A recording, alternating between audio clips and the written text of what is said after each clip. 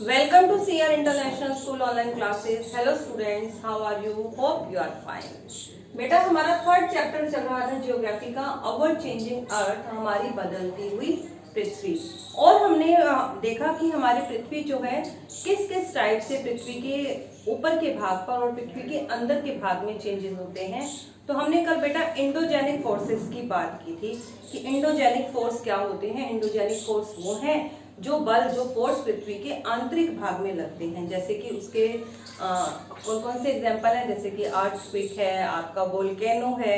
ठीक है, आज जो बेटा हम बात करने वाले हम बात करने वाले हैं एक्सटर्नल फोर्सेस की। एक्सटर्नल फोर्सेस के बारे में हमने कल पढ़ा भी था।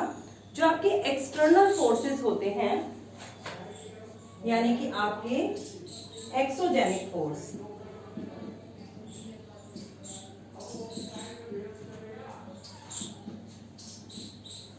एक्सोजेनिक जो फोर्सेस हैं आपके, ये जो फोर्स हैं अर्थ के ऊपर के भाग पर लगते हैं और थ्री एजेंट जैसे कि विंड है, एयर है और वाटर है, इसके द्वारा पृथ्वी के ऊपर के भाग पर परिवर्तन होते हैं। तो उसके कारण कुछ मेजर लैंडफॉर्म्स पृथ्वी पर बनते हैं। क्या बनते हैं बेटा? मेजर लैंडफॉर्म्स, मतलब कुछ मुख्य स्थल आकृतियां पृथ्वी पर बनती हैं। Major landforms.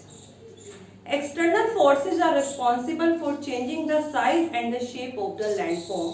पृथ्वी पर लैंडफॉर्म के शेप, उसकी आकार और उसकी आकृति चेंज होती है, उसके लिए कौन जिम्मेदार है? वो कहोगे कि एक्सटर्नल फोर्सेस।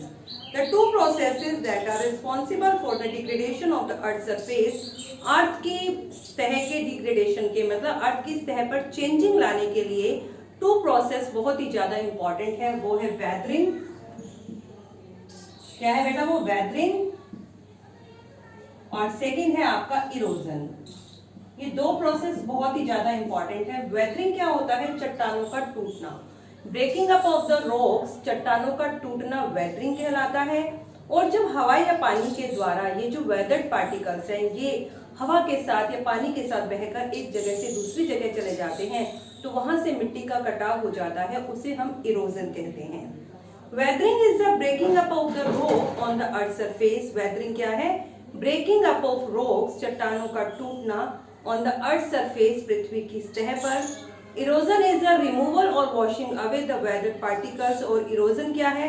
Removal away या washing away, वहां से हट जाना उन weathered particles का by the water, wind, waves and ice etc. मतलब कि पानी, हवा, तरंगे और बर्फ के द्वारा। which are deposited elsewhere, और उन्हें ले जाकर फिर कहीं और डिपॉजिट कर दिया जाता है। जहां पर वो डिपॉजिट होते हैं वहां उस प्रक्रिया को हम डिपोजिशन कहते हैं। आज हम बात करते हैं वर्क ऑफ रिवर, कि रिवर के वर्क के द्वारा पृथ्वी पर कौन कौन से प्रकार के लैंडफॉर्म्स बनते हैं।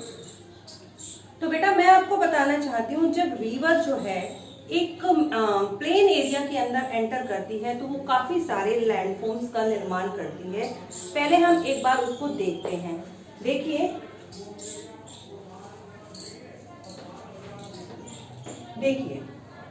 हम बात करते हैं work of river.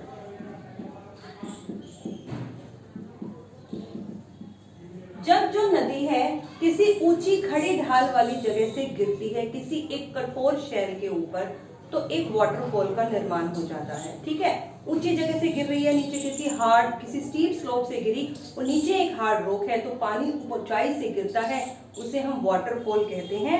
And the Salto angel fall in the south America is the highest waterfall, और जो साल्टो एंजल फॉल है वो विश्व का सबसे ऊंचा जलप्रपात है। Niagara fall in the north America is the longest waterfall in the world, और जो नियाग्रा वाटरफॉल है नॉर्थ अमेरिका का वो सबसे लंबा है।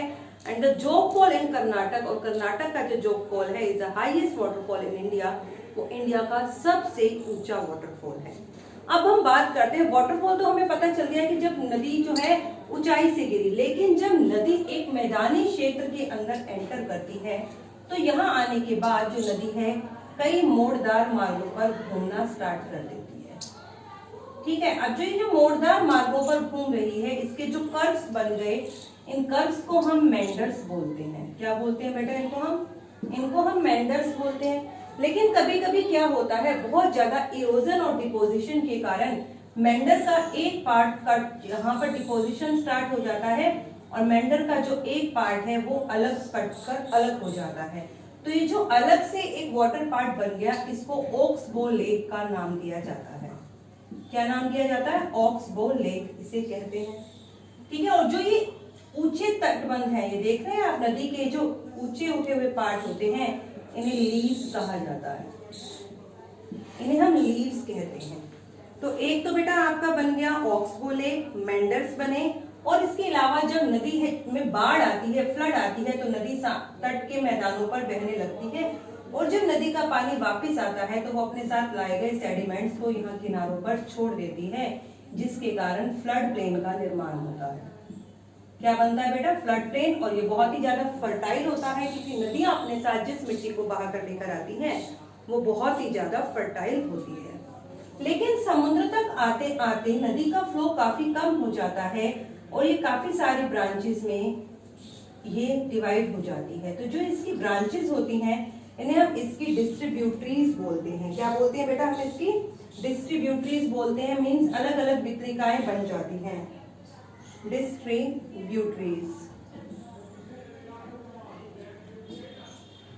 अब ये डिस्ट्रीब्यूटरीज का वाटर फ्लो और कम हो जाता है, और जब ये नदी में गिरती हैं, समुद्र में गिरती हैं, तो जो इनका लास्ट कॉर्नर है, इस लास्ट कॉर्नर को माउथ कहते हैं, माउथ ऑफ द रिवर। यहाँ से वाटर जो है समुद्र में गिर जाता है और सेडिमेंट्स यहाँ पर इकट्ठे हो जाते हैं, जिसके कारण डेल्टा का निर्माण होता है।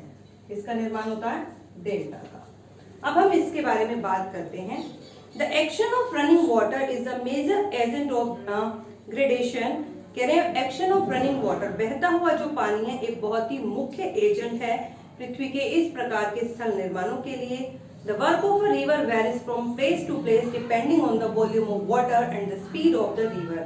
कि नदी का जो कार्य है वो डिपेंड करता है, अलग अलग स्थानों पर अलग अलग हो सकता है, डिपेंड करता है कि वाटर का वॉल्यूम कितना है, मतलब पानी कितना ज्यादा है, और पानी की स्पीड कितनी है उस नदी में। When a river tumble down over a hard rock, tumbles मतलब गिरती है, जब नदी एक ऊंचाई से एक हार्ड रॉक पर गिरती है, एंड डिसेंट्स मतलब होता है to go down the lower place, जब किसी नीचे की जगह पर गिरती है तो इट्स फॉर्म ऑफ वाटरफॉल, तो वाटरफॉल का निर्माण होता है। मैंने आपको बताया सॉल्टो जो एंजल फॉल है वो विश्व का सबसे ऊंचा वाटरफॉल है, और जो नियाग्रा वाटरफॉल है वो सबसे लॉन्गेस्ट वाटरफॉल है, और इंडिया के अंदर जो सबसे हाईएस्ट वाटरफॉल है वो कर्नाटक का जोग फॉल वाटरफॉल है। As a river descend to the plain, its speed become remarkable slow, resulting in large bands known as meander. जैसे ही river plain में enter करती है, its speed become remarkable slow, तो उसकी जो speed है वो काफी कम हो जाती है, resulting in large band, जिसके कारण ये बड़े बड़े बैंड, बड़े बड़े कर्व बनने शुरू हो जाते हैं, और इन कर्व्स को हम क्या कहते हैं? मेंडर्स कहते हैं। Due to extensive erosion, a part of meander cuts off a form of an oxbow lake. Due to extensive erosion, बहुत ज्यादा अपरदन के कारण मेंडर का एक पार्ट कट कर अलग हो जाता है, जिसे ओक्सबो लेक के नाम से जाना जाता है।